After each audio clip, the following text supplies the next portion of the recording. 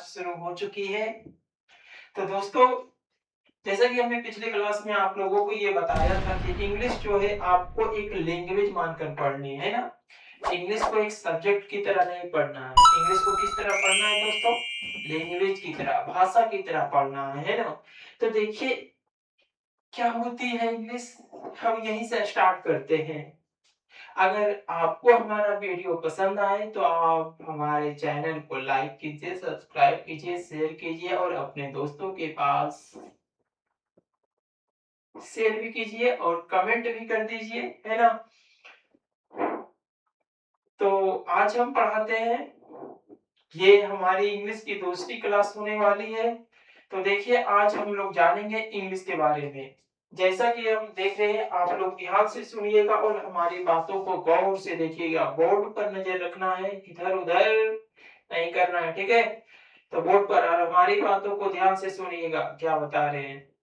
दोस्तों, इंग्लिश को जानने से पहले हम देख लेते हैं कि इंग्लिश क्या होती है ना। ये सभी विद्यार्थियों के लिए है, कोई भी विद्यार्थी पढ़ सकता है आराम से, खासकर ये क्लास 12th के लिए है, 10th एंड 12th के लिए, है ना। और इंग्लिश वैसे में पढ़ना चाहे तो इंग्लिश का, जब हम इंग्लिश ग्रामर या कुछ भी पढ़ रहे होते हैं तो इंग्लिश का एक इंट्रोडक्शन तो होना चाहिए ना। एक अच्छी क्लास होनी चाहिए इंट्रोडक्शन की, उसके बाद हम सिलेबस की ओर आगे बढ़ेंगे धीरे धीरे।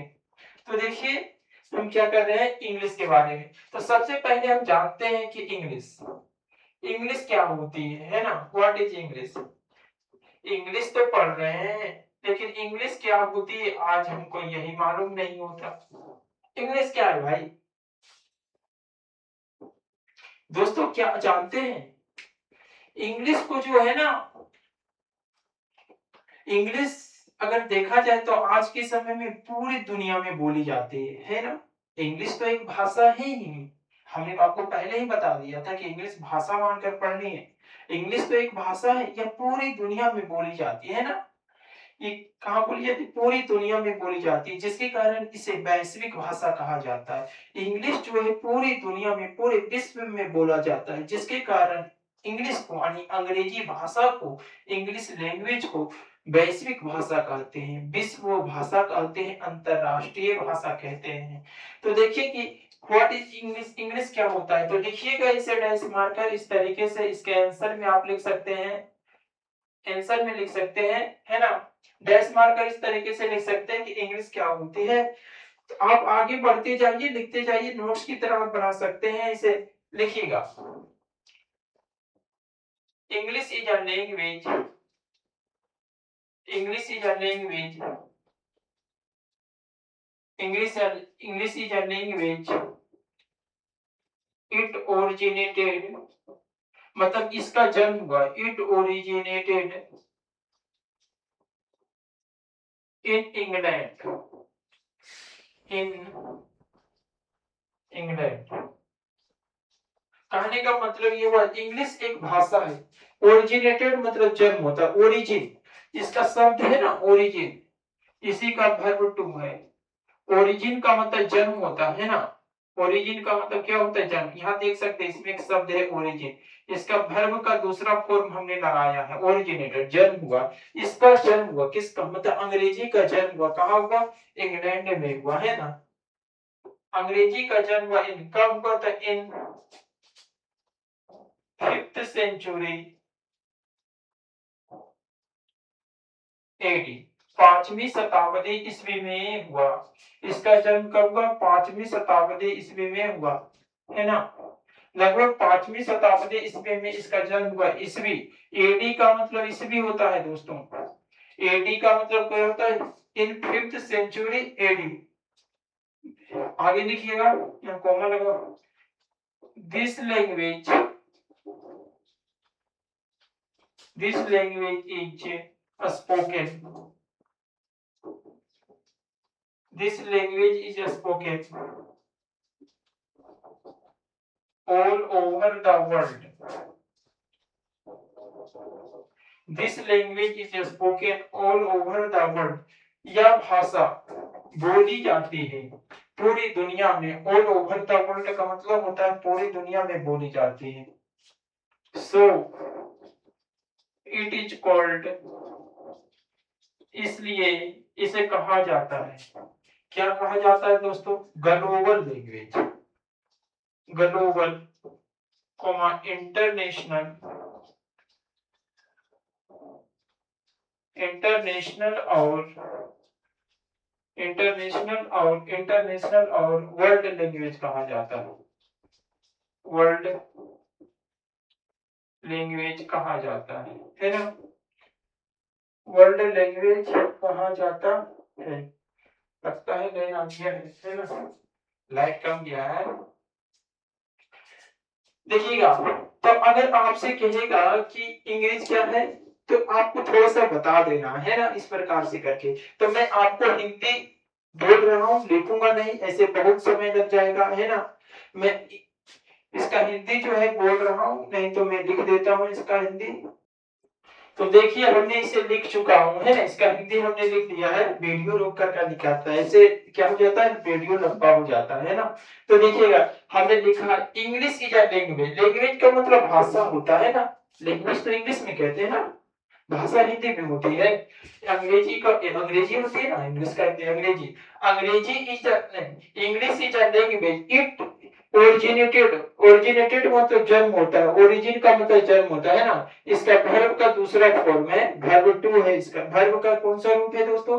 ये वर्ब का दूसरा रूप है। It originated in England in 5th century. 5th century मतलब 5वीं शताब्दी ईस्वी में। इसका जन्म इंग्लैंड में 5वीं शताब्दी ईस्वी में हुआ। एडी का मतलब ईस्वी होता है, एक शब्द होता है बीसी होता है ना, बीसी। बीसी का मतलब होता है ईसा पूर्व, ईसा मसीह के जन्म से पहले, है ना? एक होता है बीसी, एक होता है एडी। एडी का मतलब ईस्वी होता है, ईसा ईसा मसीह के जन्म के बाद। ईस्वी होता है ईसा मसीह के जन्म के पहले, ईसा पूर्व बोलते हैं ना, ईसा पूर्व। In 5th century AD this language, यह भाषा इज स्पोकन मतलब बोला जाता है ऑल ओवर द वर्ल्ड, पूरी दुनिया में बोला जाता है। सो इसलिए इट इज कॉल्ड, इसे कहा जाता है ग्लोबल। ग्लोबल का मतलब वैश्विक, इंटरनेशनल का मतलब अंतरराष्ट्रीय, और और या भी बोल सकते हैं एंड और वर्ल्ड लैंग्वेज, या इसे क्या कहा जाता है, विश्व भाषा कहा जाता है। मतलब अंग्रेजी को ग्लोबल लैंग्वेज कहा जाता है, वैश्विक भाषा कहा जाता है। इंग्लिश को इंटरनेशनल लैंग्वेज कहा जाता है, अंतरराष्ट्रीय भाषा कहा जाता है। इंग्लिश को वर्ल्ड लैंग्वेज कहा जाता है, विश्व भाषा कहा जाता है। क्यों कहा जाता है? क्योंकि ये पूरी दुनिया में बोली जाती है। इंग्लिश एक ऐसी भाषा है जो पूरी दुनिया में बोली जाती है, विश्व के अनेक देशों में इसे बोला जाता है ना? इसका जन्म जो है 5वीं शताब्दी में आसपास, प्राचीन समय में जो है, प्राचीन काल में जो है, इसका जन्म जो है प्राचीन काल में अगर देखा जाए तो 5वीं शताब्दी के आसपास जो है अंग्रेजी भाषा, इंग्लिश भाषा का जो जन्म देखने को मिलता है, वहां से इसका विकास होता है। तो देखिएगा अगला दोस्तों, जैसा कि हम अगला पॉइंट के बारे में बात कर रहे थे, है ना? तो देखिएगा अगला पॉइंट, जैसा कि हमने देखा कि इंग्लिश क्या है, what is English? English is a language, it originated जो इंग्लैंड इन 5th सेंचुरी, है ना? इसका जो विकास होता है, इसका जो जन्म होता है 5वीं शताब्दी के आसपास होता है। इंग्लिश का जन्म होता है ना, प्राचीन समय में 5वीं शताब्दी के आसपास जो है अंग्रेजी का जन्म हमें देखने को मिलता है ना? अंग्रेजी भाषा जो है पूरी दुनिया में बोली जाती है, जिसके कारण हम अंग्रेजी भाषा को विश्व भाषा के रूप में देखते हैं, वैश्विक भाषा के रूप में देखते हैं, अंतरराष्ट्रीय भाषा के रूप में देखते हैं। तो देखिएगा अगला पॉइंट लिखिएगा, लिखिएगा English is important, English is important, English is important for education, important for education. अंग्रेजी महत्वपूर्ण है, शिक्षा के लिए महत्वपूर्ण है। अगर अंग्रेजी आज के वर्तमान समय में आपको अंग्रेजी नहीं आता है तो आप बड़ी गलती कर रहे हैं, क्योंकि आज के समय में इंग्लिश आना बहुत जरूरी है दोस्तों। तो पढ़िए, English is important for education, मतलब इंग्लिश का आप हम इस्तेमाल कहाँ कहाँ कर सकते हैं? शिक्षा के क्षेत्र में भी इंग्लिश का इस्तेमाल होता है, बहुत जरूरी है ना? English is important for education, comma business, business है ना, बिजनेस, टेक्नोलॉजी, टेक्नोलॉजी के क्षेत्र में जो है अंग्रेजी का इस्तेमाल होता है। कम्युनिकेशन, टेक्नोलॉजी, साइंस, विज्ञान के क्षेत्र में भी जो है अंग्रेजी का इस्तेमाल होता है। टेक्नोलॉजी, कम्युनिकेशन, कम्युनिकेशन के क्षेत्र में जो है अंग्रेजी का इस्तेमाल आपको देखने को मिलेगा। एंड इंटरनेशनल रिलेशन, जब जब एक देश और अंतरराष्ट्रीय संबंधों में मतलब अलग अलग देशों के में बातचीत करने के लिए, अलग अलग देशों के बीच कन्वर्सेशन करने के लिए, बातचीत करने के लिए अंग्रेजी भाषा का तो ही इस्तेमाल किया जाता है। इसीलिए अलग अलग देशों से एक दूसरे से मेल मिलाप करने के लिए, बातचीत करने के लिए, देखते हैं ना कभी कभी प्रधानमंत्री जाते होंगे या राष्ट्रपति कहीं विदेश विदेश के दौरा में जाते होंगे, अलग अलग देशों में जब घूमने के लिए जाते हैं तो अंग्रेजी भाषा का ही इस्तेमाल होता है। अलग अलग देशों को एक दूसरे से जोड़ने के लिए, एक दूसरे से जोड़ने के लिए, अलग अलग देशों के एक दूसरे से जोड़ने के लिए अंग्रेजी भाषा का ही इस्तेमाल किया जाता है आज के समय में, जिसके कारण इसे विश्व भाषा कहते हैं, वैश्विक भाषा, अंतरराष्ट्रीय भाषा कहते हैं ना। देखिएगा, and international relation, international international relation, international relations. तो दोस्तों आप देख सकते हैं कि English is a member of the Indo European, English is a member of the Indo European language. Indo European language का आप हिंदी कर, इंडो मतलब इंडिया, इंडो का मतलब क्या है आपका, इंडिया, भारतीय भाषा परिवार, भारतीय भाषा परिवार आप इसे बोल सकते हैं। इंग्लिश इज अ मेंबर, अंग्रेजी सदस्य, किसका सदस्य, इंडो यूरोपियन भाषा का एक सदस्य, इंडो यूरोपियन फैमिली है ना, इंडो यूरोपीय भाषा परिवार। And belongs to the Germanic branch, और कहता है कि अंग्रेजी जो है ना, कहता है कि इंडो यूरोपीय भाषा परिवार भाषा का एक समूह है। इंडो यूरोपियन भाषा परिवार लैंग्वेज फैमिली की एक शाखा है जिसका नाम है जर्मनिक ब्रांच, और जर्मनिक ब्रांच के अंदर ही एक भाषा आती है जिसका नाम अंग्रेजी है। यहाँ तक कि जो हम आज की संस्कृत, जो आज की हिंदी, मराठी, गुजराती जो बोलते हैं ना, वो भारतीय भाषा परिवार की ही एक भाषा है, इंडो यूरोपियन लैंग्वेज की ही एक भाषा है ना, इंडो यूरोपियन लैंग्वेज की ही एक भाषा है। दोस्तों आज की जो हिंदी बोलते हैं, मराठी बोलते हैं, बंगाली बोलते हैं, भारत में जितनी भी भाषाएं हैं, भारत की अगर बात किया जाए तो भारत में जितने भी भाषाएं, वो भारतीय भाषा परिवार, भारतीय भाषा परिवार कहने का मतलब इंडो यूरोपियन, इंडो से इंडिया, भाव से भारतीय, यूरोपीय से यूरोप के, है ना, भारत यूरोप दोनों की भाषा का जो विकास होता है किस भाषा परिवार से होता है, भारतीय भाषा परिवार से होता है ना।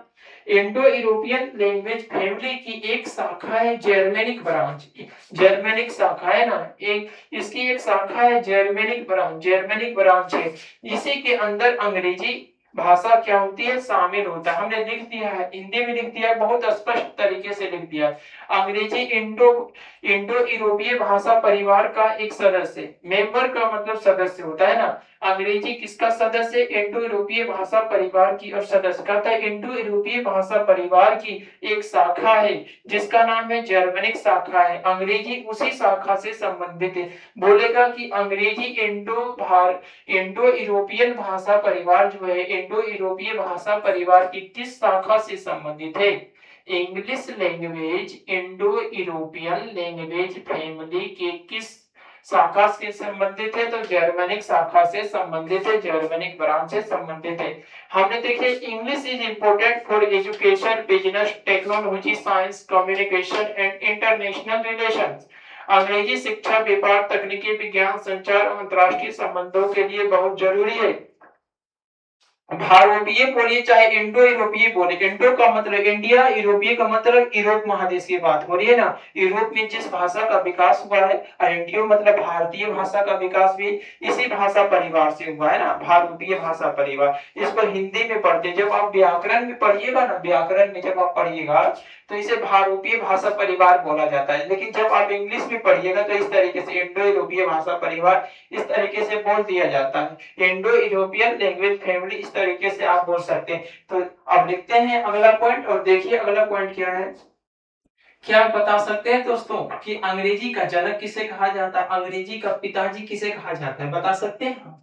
अगर आप बता सकते हैं तो आप हमें कमेंट बॉक्स में जरूर लिखिए। हालांकि हम आपको बता रहे हैं, हालांकि हमने देखा कि व्हाट इज लैंग्वेज, लैंग्वेज क्या होता है, इसका इस्तेमाल किस किस क्षेत्रों में होता है, जैसे education, business, international relations, communication के रूप में कर सकते हैं, साइंस के क्षेत्र में कर सकते हैं, टेक्नोलॉजी के क्षेत्र में कर सकते हैं, इंटरनेट के क्षेत्र में कर सकते हैं, है ना, मार्केटिंग के क्षेत्र में भी कर सकते हैं, कर सकते हैं या नहीं, कर सकते हैं, बिल्कुल कर सकते हैं। तो देखिए दोस्तों, अभी देख रहे थे, हमने देखा कि अंग्रेजी जो भाषा है, अंग्रेजी भाषा जो है भारतीय भाषा परिवार यानी इंडो यूरोपियन लैंग्वेज फैमिली की जर्मनिक ब्रांच से संबंध रखता है। मतलब जो अंग्रेजी भाषा का जो विकास हुआ ना, इंडो यूरोपियन लैंग्वेज फैमिली के किस शाखा से इसका विकास हुआ है, अंग्रेजी इंग्लिश लैंग्वेज का विकास यानी डेवलपमेंट जो हुआ है किस शाखा से हुआ है, तो जर्मनिक शाखा से। जर्मनिक शाखा क्या है दोस्तों, यह एक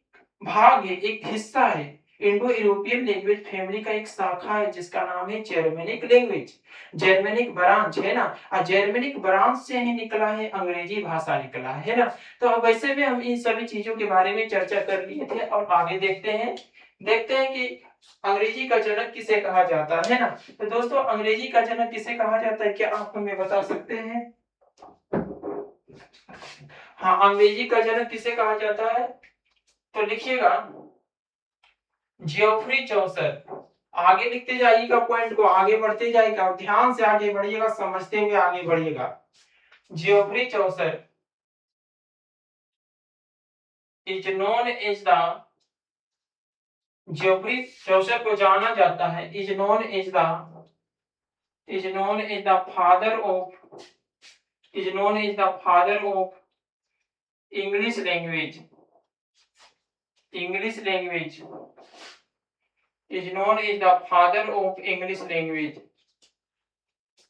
जियोफ्री चौसर, इसको क्या पढ़ते हैं, जियोफ्री चौसर। यहाँ देखिए नाम नहीं लिखा है, इसको इधर लिखते हैं थोड़ा सा, जियोफ्री चौसर, जियोफ्री चौसर, जियोफ्री चौसर। इसके आप इस तरीके से पढ़ सकते हैं, जियोफ्री चौसर को अंग्रेजी का जनक के रूप में जाना जाता है, अंग्रेजी भाषा के जनक, जियोफ्री चौसर को अंग्रेजी भाषा के जनक के रूप में जाना जाता है, जनक के रूप में जाना जाता है। या तो आप इस प्रकार से भी बोल सकते हैं, the father of English language is called Geoffrey Chaucer, है ना। इस तरीके से आप इसी लैंग्वेज को, इस भाषा को आप इस तरीके से भी बोल सकते हैं, है ना।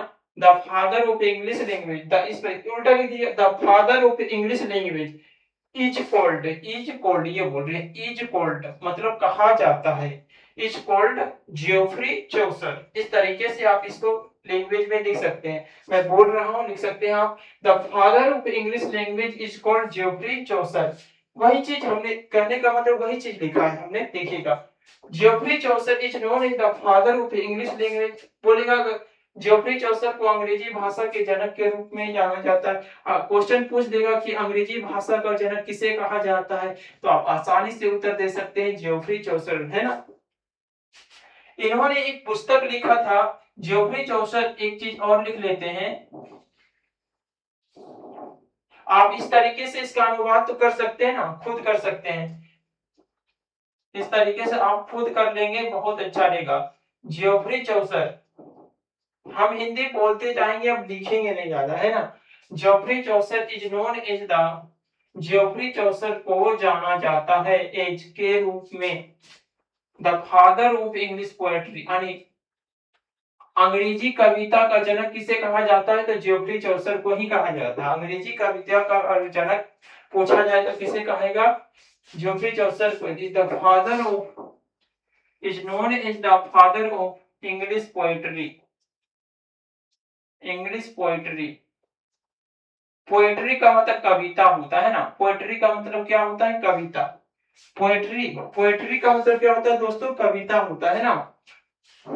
अंग्रेजी कविता का जनक किसे कहा जाता है? तो जेफरी चौसर को कहा जाता है ना। जेफरी चौसर को अंग्रेजी कविता के जनक के रूप में जाना जाता है। इसका हिंदी लिख सकते हैं आप, अंग्रेजी जेफरी चौसर को अंग्रेजी कविता के जनक के रूप में जाना जाता है। हिंदी इसका लिख सकते हैं, जेफरी चौसर को अंग्रेजी कविता के जनक के रूप में जाना जाता है। इस तरीके से लिख सकते हैं। कहने का मतलब ये हुआ कि जेफरी चौसर को अंग्रेजी कविता का जनक कहा जाता है। The father of English poetry is called Geoffrey Chaucer.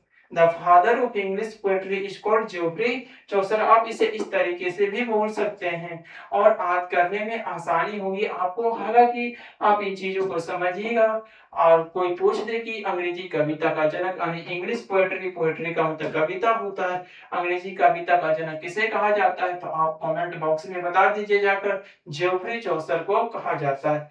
दोस्तों जेफरी चौसर ने एक पुस्तक लिखी थी, उस पुस्तक का नाम कैंटरबरी टेल्स था। The Canterbury Tales, the Canterbury Tales. Geoffrey Chaucer ने एक पुस्तक लिखी थी, इसको हिंदी में मैं लिख देता हूं, पढ़ सकते हैं आप। कैंटरबरी टेल्स, इन्होंने एक पुस्तक लिखी थी, इस पुस्तक का नाम क्या था? Canterbury Tales. The Canterbury Tales नामक पुस्तक किसने लिखा? तो जेफरी चौसर ने लिखा, है ना। जेफरी चौसर ने लिखा।